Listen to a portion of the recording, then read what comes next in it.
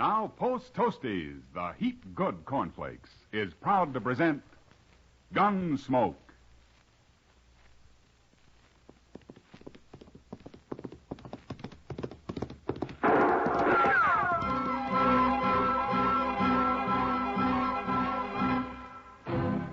Around Dodge City and in the territory on west, there's just one way to handle the killers and the spoilers, and that's with a U.S. Marshal and the smell of gun smoke.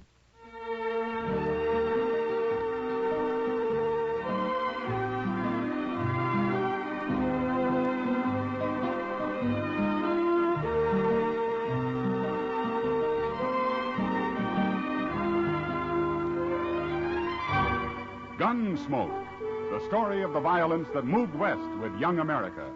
The story of a man who moved with it. Matt Dillon, United States Marshal. It's easy to do your whole tribe a big favor, Mother.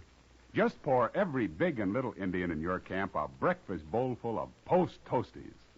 Post Toasties, you know, are the heap good cornflakes. They're the best thing that's happened to corn since the Indians discovered it. Fresh as fresh can be. Say, Post Toasties are crackling crisp. Sweet kernel corn flavor, toasted. That's Post Toasties. Post Toasties are packed with nourishment, too. A bowl of Post Toasties with sugar and milk helps your big braves and little Indians start the day right. Get Post Toasties soon. And now, Gunsmoke, starring William Conrad.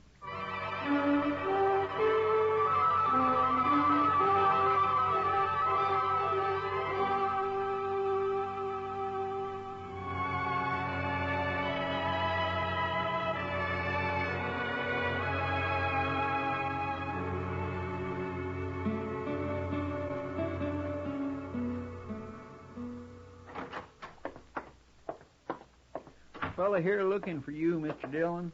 Oh, hello. My name is Brandt, Marshal. I and my son got a ranch up in the South Fork of the Solomon. Oh, what can I do for you, Mr. Brandt? Well, I ain't no ways responsible, you understand. It's been kind of put on me, you might say. Oh? What has? Well, Marshal, the Indians started it. They was riding for horses just a couple of days ago. And they'd have got them and probably me, too, but for this kid they had along. A kid? Yeah. And he tried to come in ahead of the rest of the Indians, and he showed himself too soon as what happened. My son saw him in time to warn me, and we put up a standoff fight, and them Arapahoes didn't get a single horse. Well, what's the trouble, then? We got the kid. He's still there, wilder than a deer. He got shot in the leg a little. We brought him into the house after. I want to know what to do with him, Marshal. Oh. Well, how old's the boy, Mr. Brandt? Hard to say. I bet he's 12 or under. That's pretty young to be on a raiding party. Yeah, it sure is. But he's awful wild. He's tried to kill me twice already. Well, then why don't you turn him over to a reservation somewhere? They'll take care of him. Well, I can't do that, Marshal. They wouldn't have him. Why not? Well, he ain't an Indian. He's a white boy. A white boy? Sure acts like an Indian, though. I think he's been living with them Arapahoes a long time. That's what I think. Well, I don't know what I can do about it, Mr. Brandt. One thing is sure, Marshal, I can't keep him no more. And it don't seem right, you know, for a white boy to go back living among them Arapahoes. No. So you got to come up there with me and do something about him. But Mr. Brandt, I'm U.S. Marshal. I'm hired to keep the peace, not to play nursemaid to orphans. Yeah. You're the only man I've heard of around here that I thought might help that boy. Well, if you want, you want. I'll just run him off into the prairie, I guess. All right. All right, Mr. Brandt. We'll ride back with you in the morning.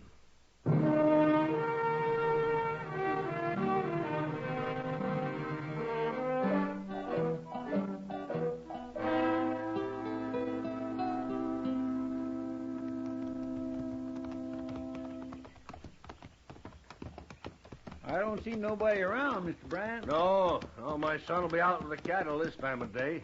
I told him to lock that kid in the potato cellar when he had to leave the house. Is that it over there? That's it. He'll be in there. Oh, there. Just open the door, Marshal. Maybe he'll come out. All right. Chester, grab him if he runs, huh? Yes, sir. And watch out for him. He'll do anything, that kid. Here, kid. Come on out. Let's stand back now.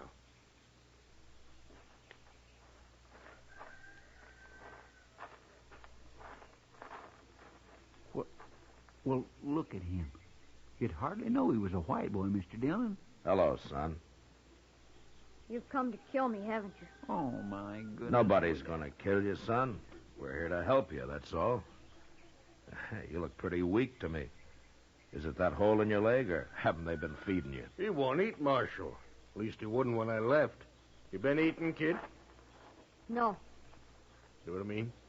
It's easier to be tortured on an empty stomach. Oh, now, son, nobody's going to torture you.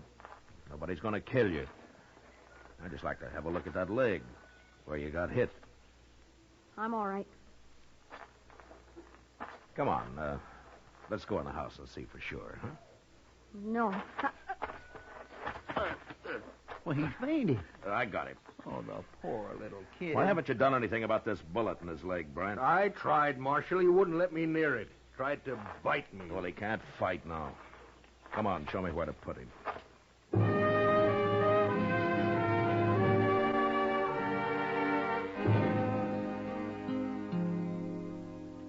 I carried the boy into the house, laid him out on a bed, and went to work. He came to in the middle of it, but he didn't move a muscle or utter a sound. The bullet wasn't buried very deep. I dug it out, cleaned the wound as best I could. When it was over, I got some strong tea down him, and then he went to sleep. A couple of hours later, I noticed he'd waked up, and I went over to the bed.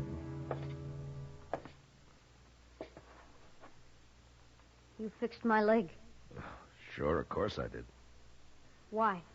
Well, you might have died if I hadn't. A wound like that gets infected. Arapahoes don't care if their prisoners die. Well, you're not a prisoner here. Yes, I am. Look, what's your name, anyway? Yorky? Well, is that all? That's all I remember. Is that what the Arapahoes call you? Yes. They won't give me another name till I'm a brave. Yorky's a white man's name. Where are your parents? Killed in a raid, they told me. I've been Arapaho ever since. What was your father's name, do you know? I was too young. Well, then how come you remember English so well? An old man of the tribe makes me talk every day. I don't know where he learned, but he says it'll come to use later when I'm a brave. In our wars against the white man. You're a white man, Yorky. Yes, but I live with the Arapahoes. Well, you did, but you're back among your own people now. You gotta learn to live a different life. No. Wait, you mean you want to go back with the Indians? First, I have to make a big coup. Make a big coup? What for? I'll be killed if I don't. What are you talking about? I allowed myself to be seen and expose the raiding party. So I'll be killed if I don't make a coup and return with a scalp or some horses. You? A kid like you? Unless you kill me first. Oh, Yorky, if I was going to kill you, why did I take that bullet out of your leg? I don't know. Well, nobody's going to kill you. Now, you just get that out of your head. And you're not going to kill anybody either, or steal any horses, so forget about it. If I make a big coup, my mistake on the raid will be forgiven. And I'll be the youngest brave in the whole tribe. Well, we'll argue about that later. But what were you doing on this raid in the first place? A white boy must prove himself many times. It's harder than for an Indian. That's why they let me come. Oh, I see. Yeah, you've got quite a problem, haven't you, Yorky? But right now, why don't you go back to sleep for a while, huh? I'll have some soup for you when you wake up.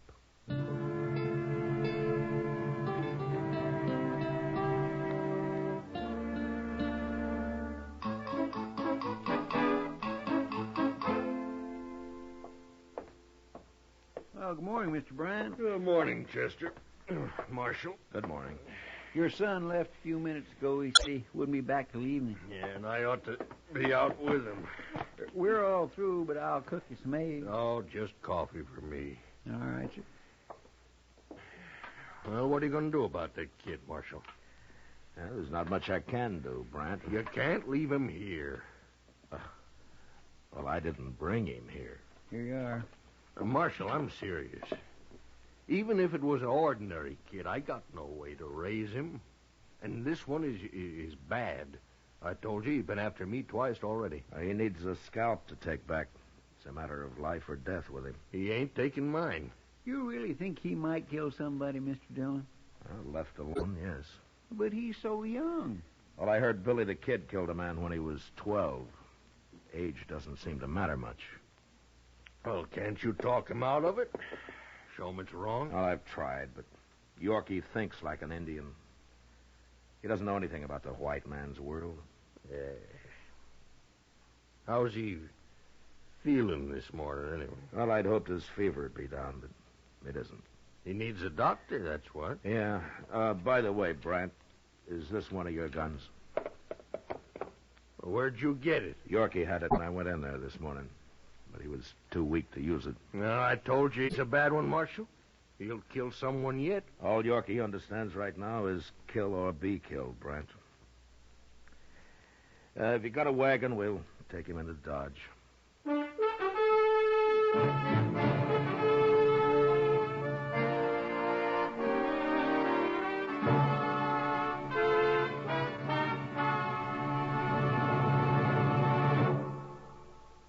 Say, what goes on at your house at breakfast? Well, you can take it from me. The best thing that can go on your breakfast table is Post Toasties. Yes, sir, Post Toasties, the heap good cornflakes. Those golden crisp cornflakes are the best thing that's happened to corn since the Indians discovered it. You know how to prove it? Well, just pour out breakfast bowlfuls of Post Toasties for your whole tribe. Then watch how they enjoy 'em. Post Toasties are crisp and tasty. From the first bite down to the last spoonful, that sweet kernel corn flavor makes your breakfast. So always ask for Post Toasties, the heap good cornflakes. Post Toasties, heap good cornflakes. The best thing that's happened to corn since the Indians discovered it. Heap good cornflakes. Post Toasties, heap good cornflakes. Remember, Post Toasties is one of the famous triple wrap Post cereals, guaranteed fresh or triple your money back. Now back to Gunsmoke.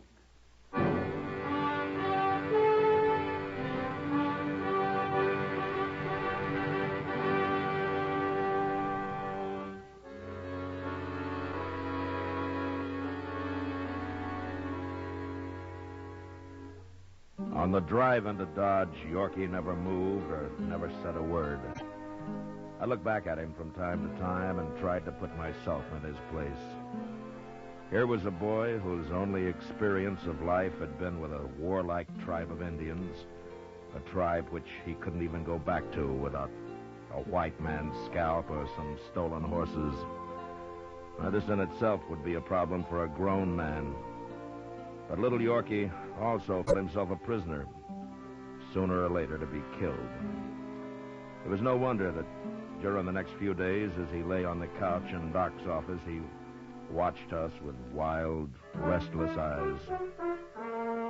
In spite of his obvious courage, I think he was a little frightened. And when Doc was suddenly called out on a case in the country for several days, I had an idea. And I sent Chester to find Kitty. You want me to nurse him? Is that it, Matt? Well, partly, but also I thought maybe you could talk to him a little. It's hard for him to trust a man. I know. Chester told me about him. Yeah, he'll be well enough pretty soon to get into trouble. Bad trouble. I'll do what I can. Where is he, in the front room? Yeah, on Doc's couch. And, Kitty, try to get him to eat something, huh? I haven't had much luck. All right. But you stay here. Yeah, sure.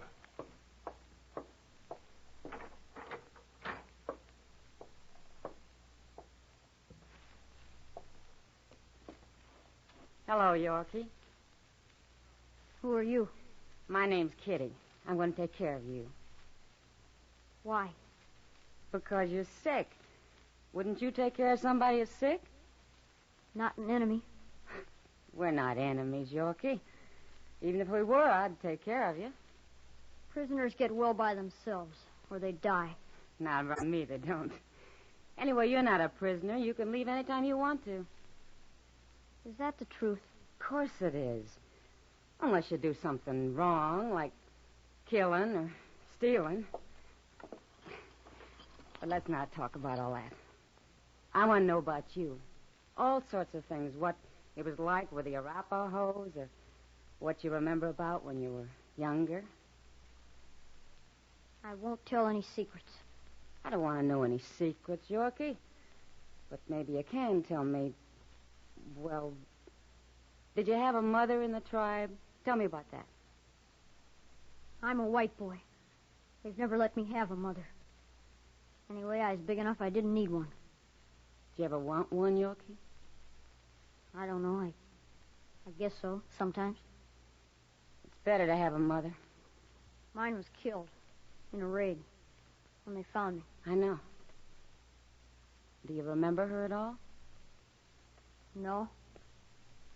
Sometimes I think I do. Sometimes when I'm asleep, that is. What do you remember about her then? I don't know. Just a feeling, I guess. Sort of like being warm. Is that what it's like? Yeah. I think that's what it's like, Yorky. Very much like that. I'm hungry, Kitty. Would you let me have something to eat?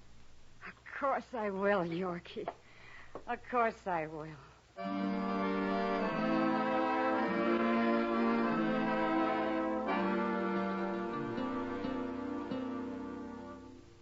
Kitty spent as much time with Yorky as she could manage.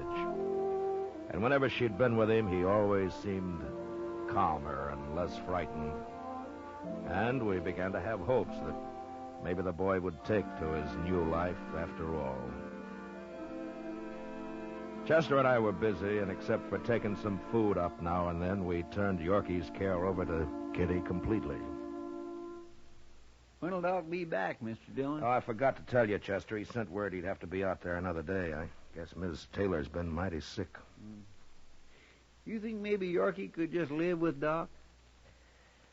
I don't know what to do with him, Chester. We sure got to do something with him. Yeah. Where's Yorky? Well, he's upstairs, Kitty. Have you been up there today? Have you seen him? No, I thought you were with him. I couldn't get here till now. Yorky's gone, Matt. What?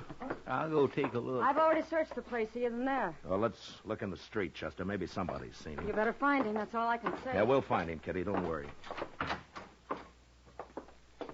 Maybe he's got hold of a gun. I hope not. Anyway, if he's as smart as I think he is, he'll locate a horse to get away on first. Maybe a couple of them. Doggone it. Just when I was beginning to think he was going to settle down a little. You never know. But I still got faith in that kid somehow, Chester. Here, let's cross over to Moss Grimmick's stable there, huh? All right, sir.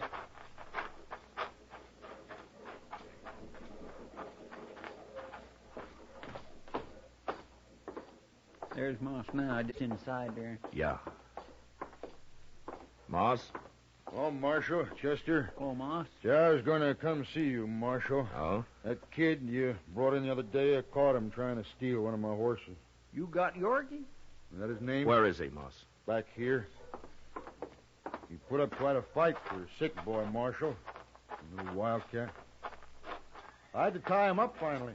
I throwed him in the saddle room there. He's sure a mean one.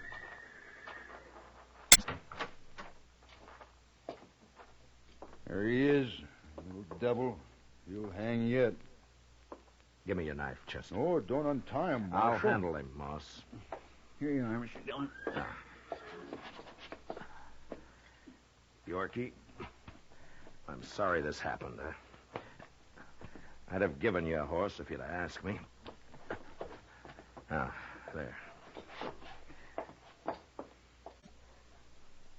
I wasn't going to steal him. And what was you doing riding him out of that stall, young fellow? Wait a minute, Moss. Yorky, You say you weren't going to steal him? No. What were you doing then? Kitty didn't come, and I got lonely. I don't know. Well, I think I do, Yorky. You just wanted to be around something familiar, something you know. Isn't that right? I guess so. And you've lived with horses all your life. You know them pretty well. So you came over here. I wasn't going to steal him. I just wanted to get on him. You know, I half believe the boy, Marshal. He's telling the truth, Moss. Yorky, I'm sorry I treated you rough. Why don't you tell me? You were going to kill me. Me? Kill anybody? A kid? Guess you don't know me very well. What are you going to do with me now? Well, Doc will be back tomorrow, Yorky. If he says it's okay for you to stay up, well, you can. And meantime, Kitty will be there. All right. Tell you what, Yorky, you get well, you come over here. I'll give you a horse to ride. You will? Sure, I got lots of horses. You can take your pick. What if I steal him? I've had horses stole before. I don't understand you. He trusts you, Yorky. We all do. You shouldn't. You shouldn't trust anybody. Oh, maybe not, but we do anyway. Moss, I got an idea. No? I don't suppose you could use a stable boy around here, huh? Some kid who really knows horses and who's used to hard work. Well, I don't have much money, Marshal. If I could feed him a little and maybe fix him in bed in the saddle room here. Of course, a good boy's like a good horse. There's bound to be some hot blood in it. Try to lift my hair, I'll whop him good. Is that clear, young fella? You're talking about me? Of course they're talking about you, Yorky. One thing, I can't hire nobody less than he has a whole name. Well, Yorky don't know his last name. Well, call him anything. Kelly. Kelly, that's a good name. Yorky Kelly? Grimmick and Kelly. Yeah, sounds all right to me. You people get out of here now. I got work to do. When Doc says you're fitting Yorky, you come back. I'll be back, Moss.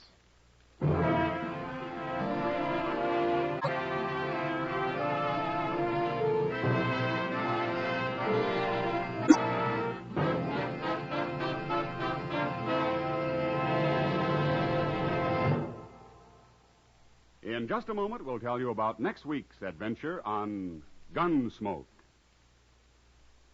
Say, exciting things happen to breakfast when there's sugar crinkles at every place. Sure, new sugar crinkles make breakfast more fun than a circus. You know why? Sugar crinkles is the sugar rice treat that's just right sweet. Not too sweet, the way some sugar-coated cereals seem to be, and not like others that aren't sweet enough. Sugar crinkles, every golden crisp nugget of them, is just right sweet. So try starting your day off just right with new sugar crinkles. And don't forget, when you're listening to the radio or watching television, sugar crinkles make great snacks. From the bowl or from the pack, for your breakfast or a snack. Sugar crinkles are more fun than a circus. Try sugar crinkles soon. They're the sugar rice treat that's just right sweet. So better get several packages.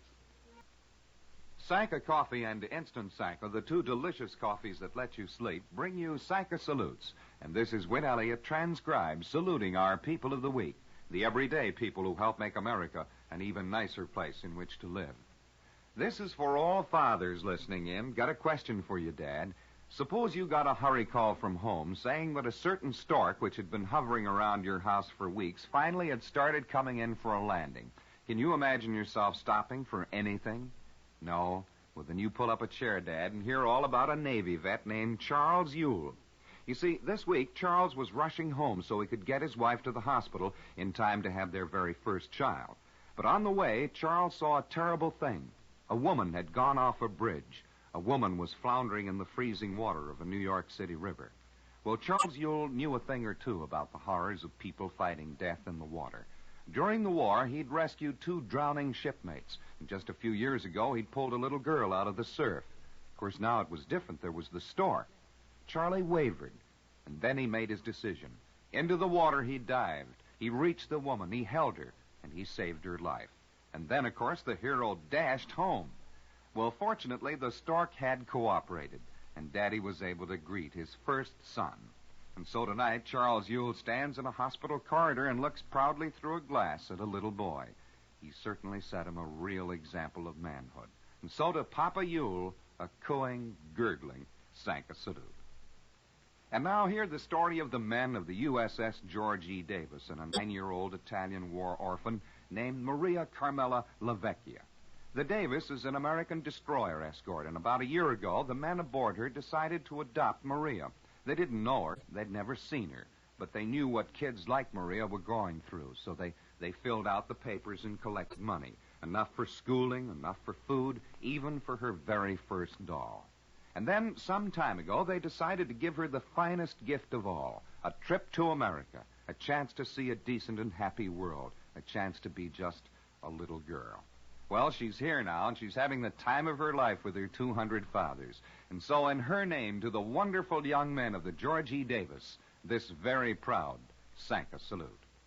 In a moment, a story about a lonely, forgotten hero. But first, say, what is it you look for most in a coffee? Is it a full-bodied flavor, or is it the ease of preparation you get from an instant coffee? Well, you know you get both of those great advantages, plus a third in instant Sanka coffee.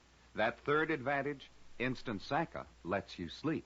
Yes, the only coffee in the world that gives you all 3 advantages is the new Instant Sanka coffee. Taste it made hot and black and good and strong, and you'll know right off it has the extra rich flavor you want.